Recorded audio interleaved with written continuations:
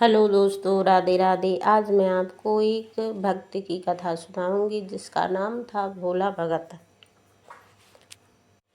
भज मन राम चरण सुखदाई, भज मन राम चरण सुखदाई।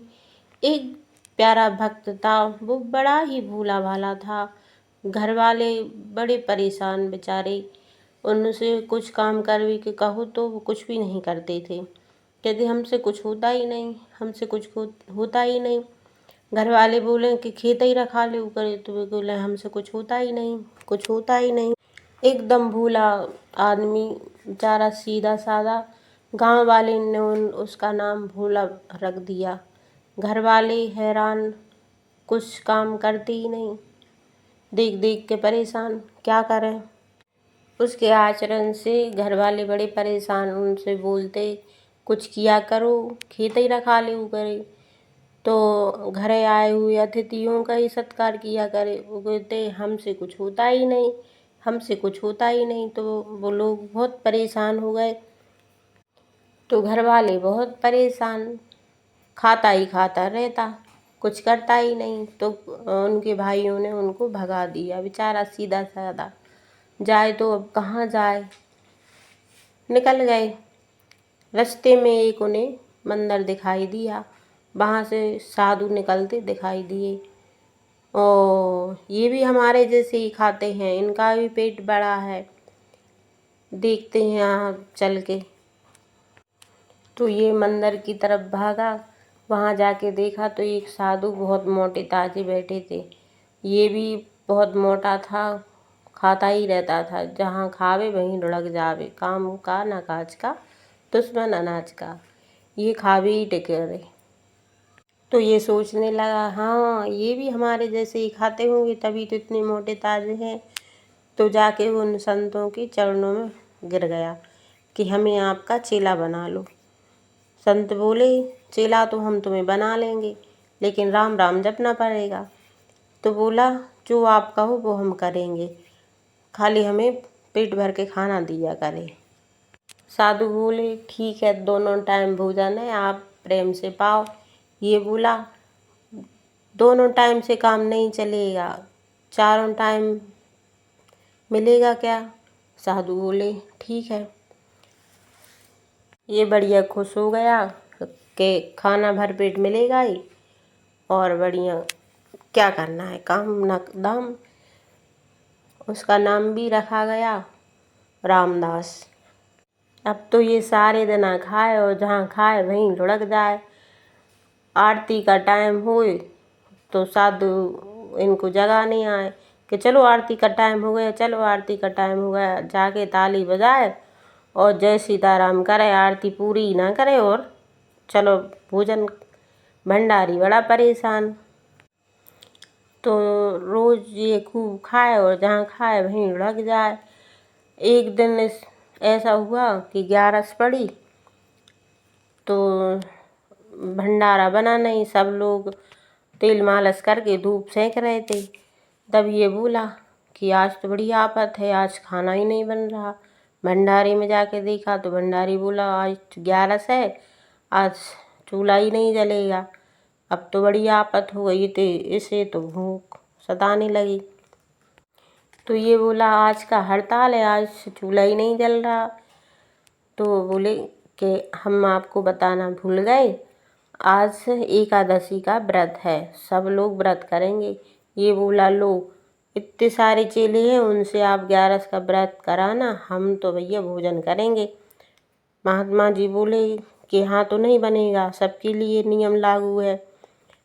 तो कहीं एक काम करो, आप ढोर चराने जाते हो तो वहीं जंगल में खाना बनाने किराना भोजन सामग्री ले जाना, और वहीं जाके आप बना के पा लेना। और एक बात का ध्यान रखना कि बना के और भगवान को भोग जरूर लगा देना। इसने कहा ठीक है। तो महात्मा जी ने उन चेलों से बोला कि इसे सामान दे दो, चोखा का सामान दे दो, ये बनाएगा खाएगा, नमक मिर्चा आटा जो भी है सब इसको बांध के दे दो। और जब ये सामग्री लेके जाने लगा तो महात्मा जी बोले, रुको रामदास रुको, वैसे तो एकादशी है, सबका नियम है कि एकादशी का व्रत करना चाहिए, लेकिन तुम नहीं रह सकते तो एक काम करना कि श्री सीताराम जी को बुला के उनको भोजन पवा के ही भोजन करना। उसने बोला जो आज्ञा। ये कह के वो जंगल की तरफ चला गया।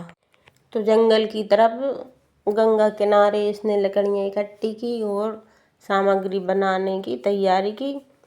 तो इसने बढ़िया टिक्कर बनाए और भोजन करने की तैयारी की। तो उन्हें याद आ गई कि अपने गुरुजी ने क्या बोला था। तो जैसे ही इसको याद आया तो इसे क्या पता था, इसने तो मंदिर के पट बंद होते ही देखा था, इसने भोग लगाते हुए नहीं देखा था। ये बेचारा सीधा साधा भोला भक्त था। इसने सोचा कि भगवान ने बुलाकर ही भोजन पाना चाहिए। तो उसने थाली लगाई और ये गाने लगा कि मेरे राम आइए, सीताराम आइए, मेरे भोजन का भोग लगाइए। मेरे राम आइए, सीताराम आइए, मेरे भोजन का भोग लगाइए। मेरे राम आइए, सीताराम आइए, मेरे भोजन का भोग लगाइए। इसने सोचा कि राम इधर से आएंगे उधर से आएंगे। इसने चारों तरफ देखा पर भगवान कहीं से नहीं आए। तो इसे लगा कि मंदिर में पर्दा अर्दा लग जाते हैं, घंटी बजती है, इसी से भगवान आते हैं। और देर हो गई आते हुए भगवान को। तो ये बोला हाथ जोड़ के, इसे आते हुए देर हो गई। तो बोला हाथ जोड़ कर बोला, हे भगवान मेरे पेट में तो चूहे दौड़ रहे हैं, आप जल्दी आओ जल्दी आओ। और गाने लगा कि आचमनी ना अर्घ आरती यहाँ यही मेहमानी, आचमनी ना अर्घ आरती यहाँ यही मेहमानी। सूखी रोटी खाओ पियो नदी का पानी, सूखी रोटी खाओ पियो नदी का पानी। ओ सीताराम आइए, मेरे राम आइए, मेरे भोजन का भोग लगाइए। सीताराम आइए, मेरे राम आइए, मेरे भोजन का भोग लगाइए। बहुत देर तक रोता रहा पर भगवान नहीं आए। तो इसे लगा कि मंदिर में रबड़ी मिठाई मालपुआ सब मिलते हैं, इसलिए भगवान नहीं आ रहे। यहाँ सूखी रोटी है इसलिए नहीं आ रहे। तो ये बोलता है कि सुनो भगवान, आज तुम सोचो कि मंदिर में तुम्हें मालपुआ रबड़ी मिठाई मिले, तो सुनो वहाँ एकादशी है, ठंडन गोपाला, कुछ मिलने वाला नहीं है। या जो कुछ मिलेगा यहीं पर मिलेगा, भले रूखी सूखी जो कुछ है यहीं पे मिलेगा। तब भगवान उसकी सरलता पे रीझ गए और भगवान भी बड़े कौतुकी हैं। तो भगवान उसकी सरलता पे रीझ गए और सीता समेत खुद आ गए। और उसने देखा कि और भगवान के साथ में माता जी भी हैं। तो ये बोला, ओ एक और एक्स्ट्रा आ गए, चलो बात हो गए, ठीक है जो है सो। तो भगवान से बोला कि ये आपके पास में ये कौन है? ये हमारी धर्मपत्नी है। चलो ठीक है, आपकी जोड़ी बड़ी अच्छी लगती है, पर इतनी देर काहे लगा रही? अगली बार आओ तो जल्दी आइयो, इतनी देर में तो हमारे प्राण ही निकल जाए भूख के मारे। तो भगवान मुस्कुराए और जानकी जी की तरफ देखते हैं कि देखो कि कितना भोला भक्त है। ये सोचने लगा, गुरुजी ने तो कहा तो भगवान ने भोग लगाना, ये कहीं आएंगे, ये तो दो संग में आ गए। हम सोच रहे थे हमारे 6 टिक्कर हमें मिल जाएंगे, 4 भगवान को दे देंगे। अब 4 इन्हें दे दो 4 इन्हें दे दो, हमें 2 ही बचेंगे, टिक्कर फिक्स थे।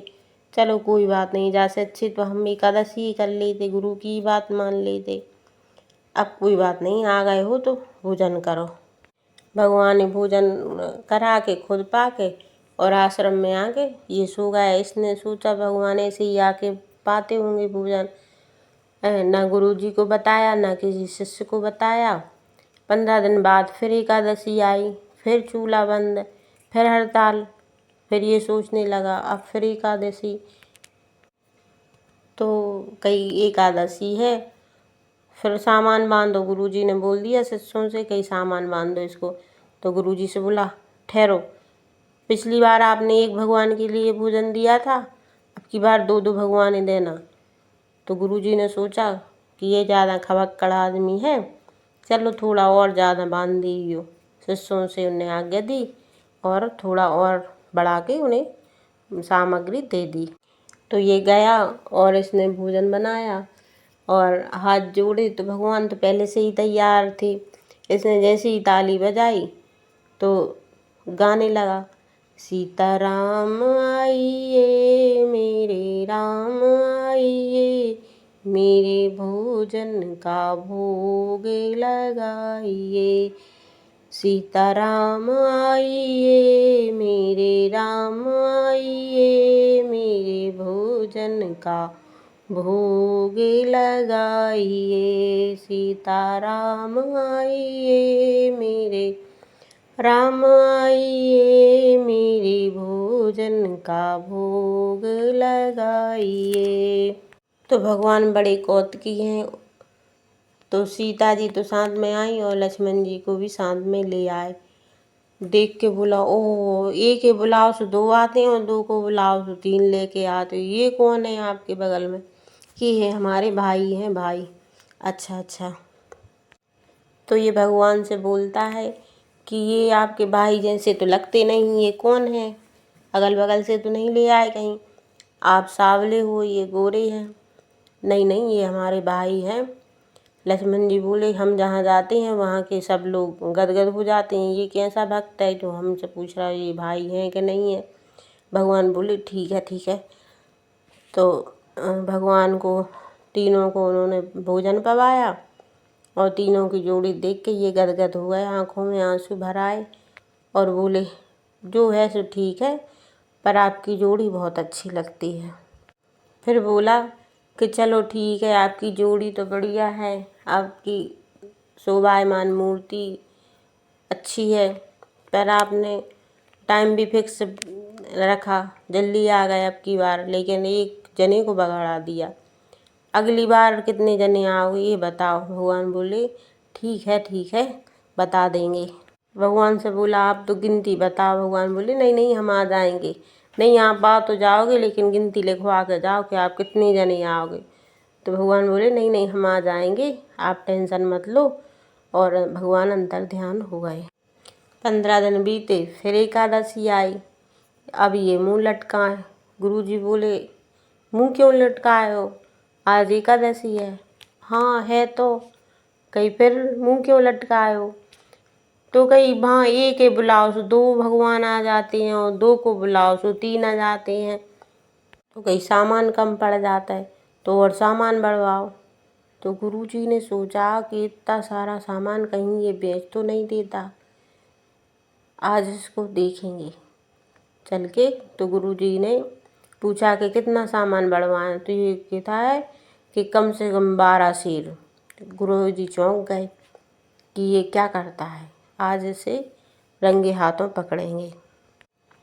तो गुरुजी ने सोचा कि इतना ये खा तो सकता नहीं है, ज़रूर ये बेचता होगा, आज इसे देखते हैं। तो गुरुजी बोले चलो इसको 12 शेर की जगह 15 शेर दो। और ये लेके सब सामान, आटा मिर्चा गुड़ घी सब लेके नदी किनारे पहुंचा। तो इसने चूल्हा बनाया, आटा मढ़ा और भोजन तैयार किया नहीं और बैठ गया कीर्तन गाने के लिए। आज इसने चालाकी कर दी। मेरे राम आइए मेरे राम आइए, मेरे भोजन का भोग लगाइए। सीता राम आइए लक्ष्मण राम आइए, मेरे भोजन का भोग लगाइए। सीताराम आइए, लक्ष्मण राम आइए, मेरे भोजन का भोग लगाइए। जैसी कीर्तन खत्म हुई तो भगवान भी बड़े कौतुकी, राम लक्ष्मण भरत शत्रुघ्न हनुमान जी पूरा राम दरबार लेके वहाँ प्रकट हुए। इसने जब देखा तो ये कह लगे, ओ भगवान, एक को बुलाओ सो दो, दो को बुलाओ सो तीन, अब तुम पूरा मोहल्ला लेके आ गए। तो ये बोला कि हर बार आप चतुराई करते थे, आज हमने चतुराई कर दी। आप एक को बुलाओ सो दो आए, दो को बुलाओ सो तीन आओ। अब भोजन रखा है, बनाओ और खाओ, बचे तो हमें बता दियो। चले ऐसा थोड़ी होता है, कहीं ऐसा ही होता है, आप बोलते ही नहीं कितने जनों यहाँ आओगे, तो बनाओ और खाओ। अब जब जाने ऊपर देखा तो बजरंगबली ऊपर, तो कह और भैया, आदमी तो आदमी, बंदर तक लेके आ गए आप। तो ये राम जी से कहता है कि आप बनाओ और खाओ, हम जी चले। तो राम जी जानकी जी की तरफ देख के मुस्कुराते हैं कि आज तो भोजन बनाना ही पड़ेगा, भक्त की रजा में ही अपनी रजा है। तो जानकी मैया भोजन पकाने लगी और भरत जी भंडारी बन गए और लक्ष्मण भैया हनुमान जी महाराज लकड़ियाँ इकट्ठी करने लगे। तो जानकी मैया भंडारे के पास में बैठ गई और भरत जी भंडारा बनाने लगे और हनुमान जी चौका चूल्हा करने लगे, लखन जी लकड़ियाँ बीन के लाने लगे। तब ये जाके पेड़ के नीचे सो गया आंखें मीच के। किसी ने पूछा कि भैया तुम आंखें मीच के क्यों सो रहे हो? कि लो, अब पहले एक आते, फिर दो आ गए, फिर तीन आ गए, अब ये सारी मोहल्ला को लेके आ गए। पहले कुछ मिल नहीं जात तो अब कुछ मिलना ही नहीं है। जैसे देखो ही मती, देखेंगे तो लगेगा हमें मिल जाए, इसलिए नहीं देख रहे। तब तक माँ जानकी जी को देख के साधु संत प्रकट हो गए कि माँ हमको भी थोड़ा थोड़ा प्रसाद मिल जाएगा। तो माँ ने बोला ठीक है। तब इसने एक आँख खोल के देखा और रो अब जी साधु संतों की भी अटक रही थी, ये भी आ गए। थोड़ा बहुत बचो कुछ मिल ही जातो तो अब इनके मारे पार नहीं पड़े। तो इन साधु संतों को देख के और इसे लगा कि अब तो और मिलना ही नहीं है, तो और आंखें मूझ के ये सो गया। राम जी इसे देख देख के और हंसते हैं, कहते हैं कि देखो ये गजब का भक्त है, कितना सीधा साधा सरल भक्त है।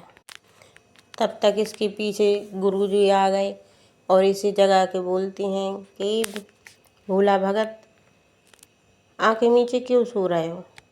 तो भोला भगत बोले, गुरुजी अच्छा हुआ आप आ गए। देखो आप बोलते थे कि इतना आटे का आप क्या करोगे, देखो कितने सारे भगवान हैं, लाइन लगी है लाइन, देखो। तो गुरुजी ने गौर से देखा तो वहाँ सामान रखा हुआ था, भोला भक्त था। तो गुरुजी बोले यहाँ तो कुछ भी नहीं है, सामान दिख रहा है और तुम दिख रहे हो। भोला भगत बोला अब और आफत हो गई, गुरुजी को दिख नहीं रहे। तो ये दौड़ा दौड़ा भगवान के पास गया और बोला कि भगवान आप गुरुजी को क्यों नहीं दिख रहे? आप गुरुजी तो ज्ञानी हैं, ध्यानी हैं, सिद्ध महात्मा हैं, उनको आप क्यों नहीं दिख रहे? तो भगवान कहते हैं कि तुम्हारी जैसी सरलता उनके पास में नहीं है। गुरुजी पूछते हैं कि भगवान क्या कह रहे हैं? तो गुरुजी से भोला भगत कहता है कि वो कह रहे हैं कि तुम्हारे अंदर हमारे जैसी सरलता नहीं है। इतनी सुनते ही गुरुजी के अंदर भावुकता प्रकट हो गई और झरझर आंसू आँखों से आने लगे कि काश हम में भी इसकी जैसी सरलता होती तो आज इसके साथ में हमें भी भगवान के दर्शन होते। और रोने लगे कि भगवान हम अभिमानी रहे, हम ज्ञानी थे, माला फेरी जब किया तब किया, पर सरलता हमारे अंदर नहीं आई। काश हमारे अंदर सरलता आ जाती तो आज इसके साथ में हमें भी दर्शन हो जाते। तो गुरु जी को रोता हुआ देखकर भक्त भी भगवान के चरण पकड़ लेता है कि भगवान एक बार हमारे गुरु जी को दर्शन दे दो, चाहे भले ही आप हमें मत दो। एक बार भगवान गुरु जी को दर्शन दे दो।